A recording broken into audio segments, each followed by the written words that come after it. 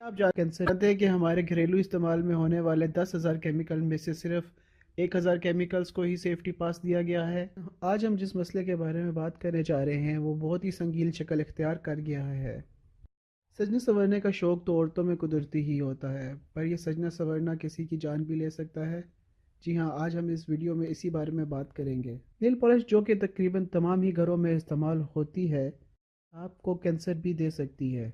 ایک تحقیق کے مطابق بیوٹی پارلر اور سیلون میں کام کرنے والی عورتیں ایک بھاری رقم اپنی صحت کی شکل میں ادا کر رہی ہیں۔ خوبصورت ناخنوں کے شوقین تو بہت زیادہ ہیں، اور اسی وجہ سے ناخنوں کے پروڈکٹس بنانے والی ایک پوری کی پوری انڈسٹری بن چکی ہے۔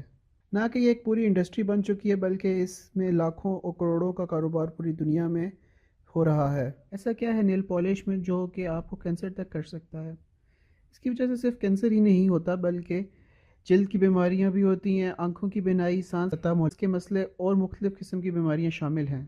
تو آئیے آپ کو اس میں استعمال ہونے والی خطرناک ترین کیمیکلز کے بارے میں بتاتا ہوں۔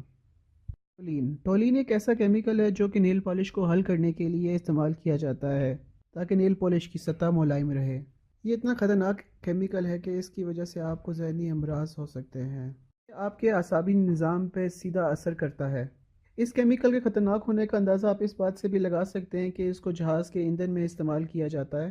فارملڈی ہائیڈرائڈ جو کہ نیل پالش میں ہارڈننگ ایجنٹ کے طور پہ استعمال ہوتا ہے، کہ سانس کے استعمال سے یا آپ اس کو کھاتے ہیں یا اس کو جلد پہ لگاتے ہیں تو آپ کو سانس کا مسئلہ ہو سکتا ہے اور آپ سانس کے امراض کے شکار بن سکتے ہیں۔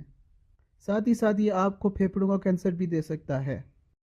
فیتھولیٹ جو آپ کے نیل پالش میں لچک پیدا کرنے کے لیے استعمال ہوتا ہے، آپ کے ریپروڈکٹیو سسٹم پہ اثر انداز ہوتا ہے۔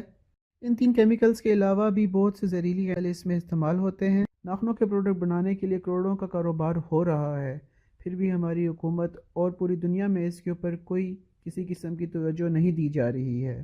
ان کیمیکلز کا استعمال پوری دنیا میں ناخنوں کے پروڈکٹس بنانے کے لیے ہو رہا ہے، پر کسی بھی حکومت کی توجہ اس کے اوپر نہیں ہے۔ یہ مسئلہ ہے کہ اگر آپ باہر سے بھی پروڈکٹ ایسے منگوا لیتے ہیں، پھر بھی آپ ان چیزوں سے بچ نہیں سکتے ہیں۔ امید ہے آپ کو آج کی ویڈیو پسند آئی ہوگی۔